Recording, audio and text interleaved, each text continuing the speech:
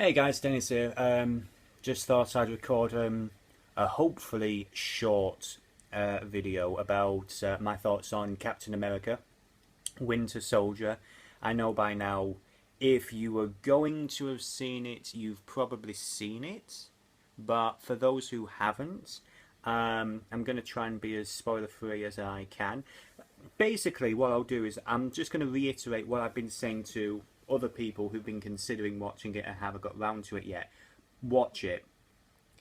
This could be my favourite of the new Marvel films. Um, Out of everything that's happened in the past few years, since the Avengers, I definitely prefer it to Iron Man 3, Thor 2. I've only seen Iron Man 3 the once, and that was on a plane, so, it wasn't the best viewing experience. However, I honestly think I watched a different movie from everybody else because everyone really enjoyed it and everything, and I was just. I didn't like it at all. But before I talk about that, or the overall arching, Marvel universe franchise that's going on with Disney, which is looking really promising. I feel I should, do some more research, go back and rewatch a load of stuff. But in regards to The Winter Soldier, as a film of its on its own right, as an independent movie, um, watch it. It's a damn good film. Um, if you hadn't seen the first Captain America, if you hadn't seen Captain America: The First Avenger, are you going to be at a disadvantage? Yes and no. I mean, this is a sequel to that movie, for sure. However, a lot more than what I believed it would have been. You know, yeah, that surprised me if I'm honest. But you get your basic setup of who Steve Rogers is. Um, it's like you're able to follow things fairly well. They have a basic recap of Captain Steve Rogers in the 1940s. Led the Howling Commandos and all this other stuff. And to be honest, that's all the backstory you really need. Everything else is kind of explained for you anyway. So, if this was your first of all the Marvel Disney movies, um, you're off to a good start. Actually, it's because it's a damn good film. Um, I'd say one of my concerns when I heard about the new film where they're bringing the Cap into the modern era and everything. One of the things that everybody seems to harp on about is like, well, he's not really relevant. He's a character out of his depth. He doesn't really fit with like a modern environment. And this film definitely steps on that as far as I'm concerned. I think Steve Rogers is a very interesting character. Um, he's a very honest character, and while his honesty brings him into conflict with several of the other major players, especially Shield, the organisation he's working with, which is more espionage. Um, it's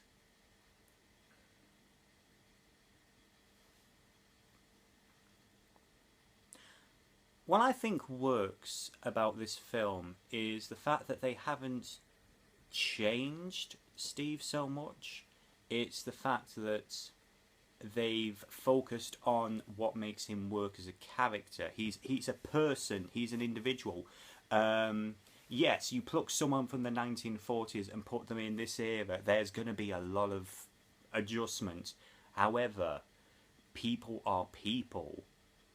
The basics don't change, and Steve Rogers, the person, is a pretty decent guy who sees himself surrounded by, you know, espionage, double dealing, plans within plans, machinations, and all that shit, and it's just not what he signed up for, and the conflict in this story is a lot more adult and a lot more interesting than what I'd first figured it was going to be. I'm trying to talk without spoiling. One of the things I will say is that I'm watching this film, and like Avengers, I hate to have to hand in my geek card and everything, but when I was watching Avengers, and of course the end scene with Big Purple Dude grinning, is like, I was one of the billions of people who went straight to their keyboard and it was like, who the fuck is this? And I kind of did the same thing with this movie, because there's a lot of interesting characters, big characters who, in another movie, let's just say the supporting villains and the supporting heroes, a load of these characters who show up, and in another movie they're just like a one note and then they're not important. However, at the end of this film, so many of these characters carry on, and it's like the camera lingers on them and so on, and it's like, is this supposed to be someone we're gonna see again? Is this someone important? And in terms of the story, they are important, but I'm so used to, in film, these characters, they have their moment and then they move on. You don't really focus on them so much. However, there's people like the girl down the hall and Steve, Captain America's strike commando partner. I'm sorry, I don't do words very well. One of the guys who's heading up his strike force, that he's working with on S.H.I.E.L.D., that character. These are characters who endure, and a couple of others who I won't mention. And it was only afterwards when I went home and it's like I'm looking up stuff. It's like, oh, okay, that's this character, and that's this character, and that dude he was fighting there. That's actually, it's like slightly interesting. Backflipping French dude is actually a regular villain, and what I'm liking, because we are so used to, in comic book movies, they only do two things. They only ever do the origin story again and again, and they only ever have the main iconic villains. You don't have any of the supporting cast. Because this is the thing with comics, there's so many freaking villains. There are so many characters, and they only ever focus on the one or two. So it's like, I mean, how many times have we seen the Joker? And that's not bad, it's just there are other characters. There's many other characters. And with this film, this more than any of the other Marvel films, we're seeing the building of the universe. Because again, in other comic book films, half these characters would be dead. It's like, yay, it's the cameo, my favourite supporting character, oh, they died. I mean, okay, spoiler alert for 1985's Batman, the Joker dies. Yeah. In fact, in most of the, Batman Returns, the Penguin dies. No, it's 1989, wasn't it? Yeah. I don't do words and I don't do numbers. I'm a very special person, what can I say? But, yeah, there's this whole thing of, in movies, in the past anyway, what we used to get with comic book movies is we'd have a character and then they'd be killed off at the end of the film, and that's it. You know, because they weren't that interested in sequels, and you know, B, assholes. I don't know. I was a film student at one point, but it was more media studies than anything. So I'm sure more intelligent people than me can give you academic reasons why this is.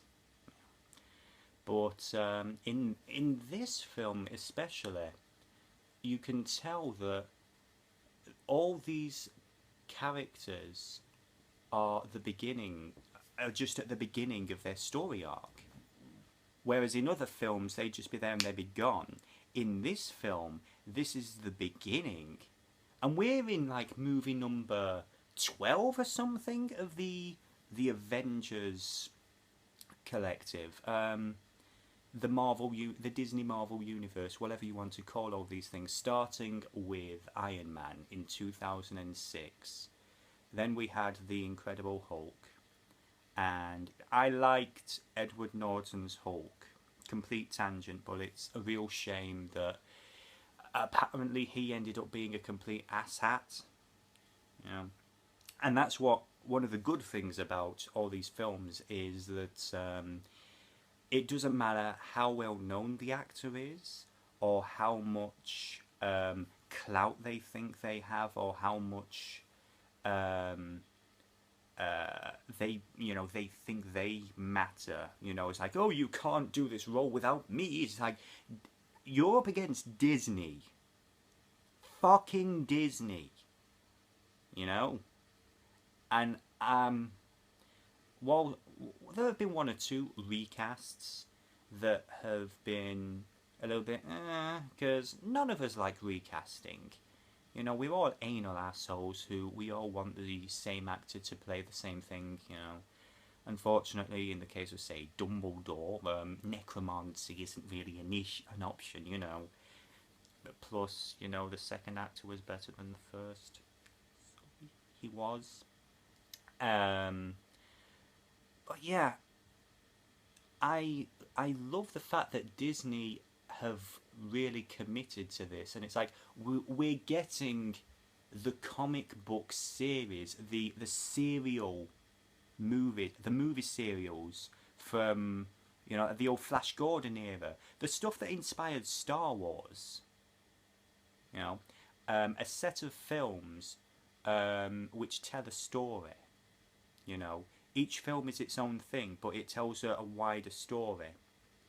We have that, and it's working. That's what we're still, you know, a couple of us are trying to wrap our heads around. It's the fact that it's still working. But I guess what it comes back round to is, are you at a disadvantage for not having watched all the other films?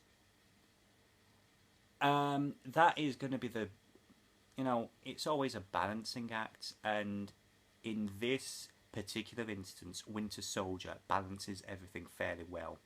This is definitely a comic book movie, and the term comic book movie, it's always, while not insulting, it is that whole take it with a pinch of salt kind of thing, because the stuff that happens in here, this is definitely not your realistic, gritty Jason Bourne thing, although it definitely has the Bourne vibe.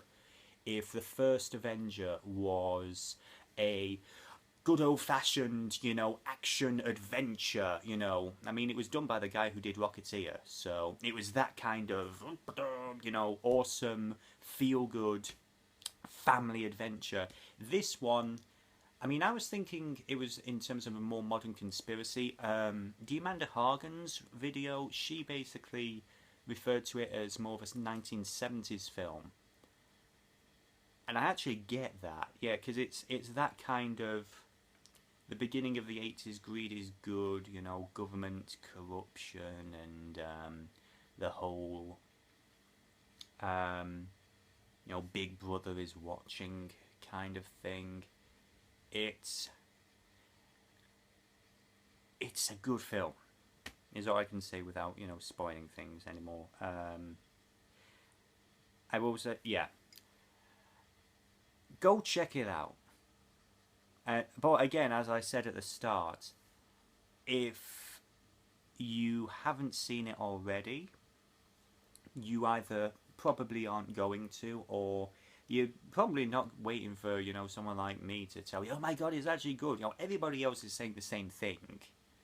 So, it is worth your time. Seriously. You know? I know we don't make movies that are like an hour and a half anymore. I mean, which I'm okay with. I actually like to sit down and admittedly, I did spend a good chunk of the film, you know, holding on to my bladder. Um, uh, because I hate getting up and walking out in the middle of movies. Because whenever I see the film again on like DVD and everything, at the back of my hand, I'm thinking, I peed at this point. Yeah, I got up and walked out at this point, yeah. I hate that, and I'm sure you hate it too. Unless that's your thing, in which case I don't judge, but yeah, no. But seriously, go watch this movie. I'd like for people to explain to me how this isn't the best one yet. I would honestly like that discussion. So. Okay. So. Spoilers, spoilers, spoilers, spoilers, spoilers, spoilers. I'm talking about the spoilers. You have been warned. So yeah, I didn't see Hydra coming at all. As I said earlier, I did not think this was going to be as such a direct sequel to the first film as what it turned out to be. And like the whole character of Zola and everything, I was like, yikes. Okay, so if you're watching this and you actually haven't seen the film and you just don't care and you just want me to explain what's going on, okay, let me rewind a little bit and kick the camera. So, the film starts off with Captain America, Black Widow, and his SHIELD strike force landing on a boat that's been taken over by a bunch of terrorists. The terrorist leader, as it turns out, is a Marvel character. One of those characters who I mentioned earlier is like, you know, interesting to watch, and it's like memorable. But I was not aware was a Marvel character, you know. And I can't remember his name. Apologies, you know. However, I'm watching this sequence and I'm thinking to myself, it's the tanker level from MGS2, and I'd have to check some screenshots and everything, but it's like, seriously, it was every moment I was watching Captain America, you know, beat the shit out of these guys, trying to, you know, get hold of these SHIELD hostages and everything. I was thinking, so dun dun dun dun dun dun dun. Yeah. He even had a Russian with him, so yeah.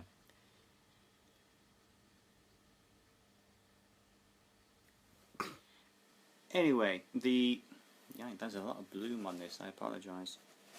So basically, Black Widow and Steve, Captain America, are basically rescuing a bunch of SHIELD operatives on this boat, and while the captain's focusing on saving the hostages, you know, and stopping the terrorists, Black Widow is busy, you know, downloading files onto a USB and everything, and it's here that we get the first, you know, signs of, like, you know, Steve's constant irritation at SHIELD. You know, they're not telling him the picture. It's like, dude, I'm a soldier, I need to know what's freaking going on.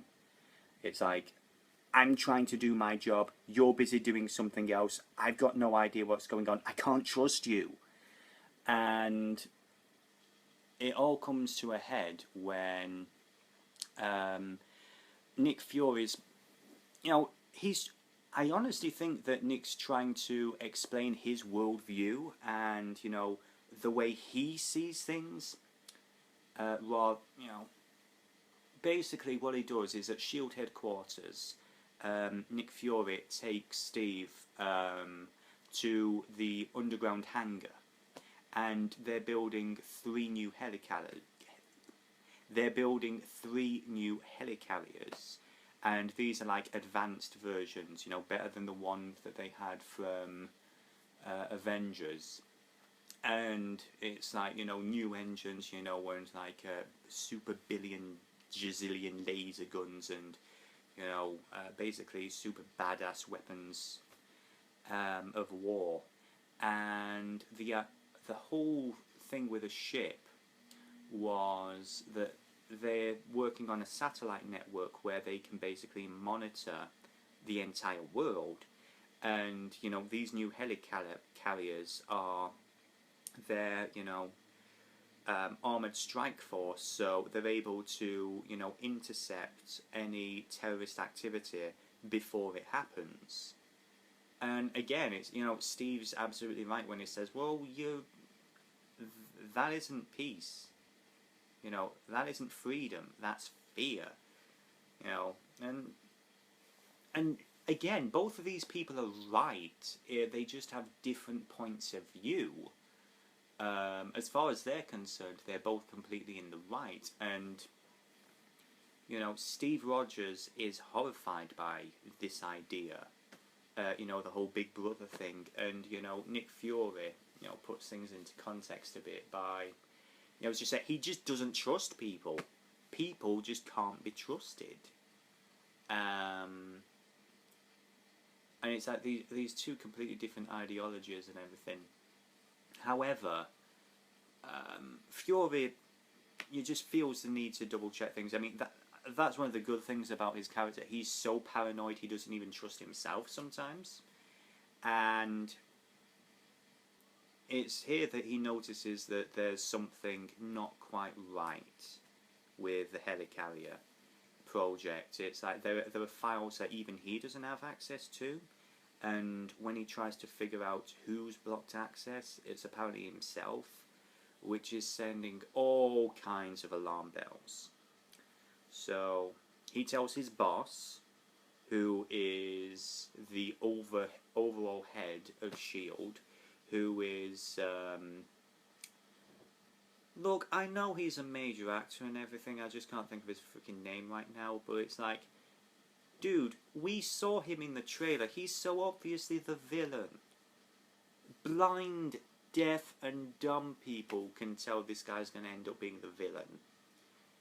And so Nick Fury is basically telling this guy, maybe we should hold back for a minute, I'm not saying there's a problem or anything, but, just want to check a few things.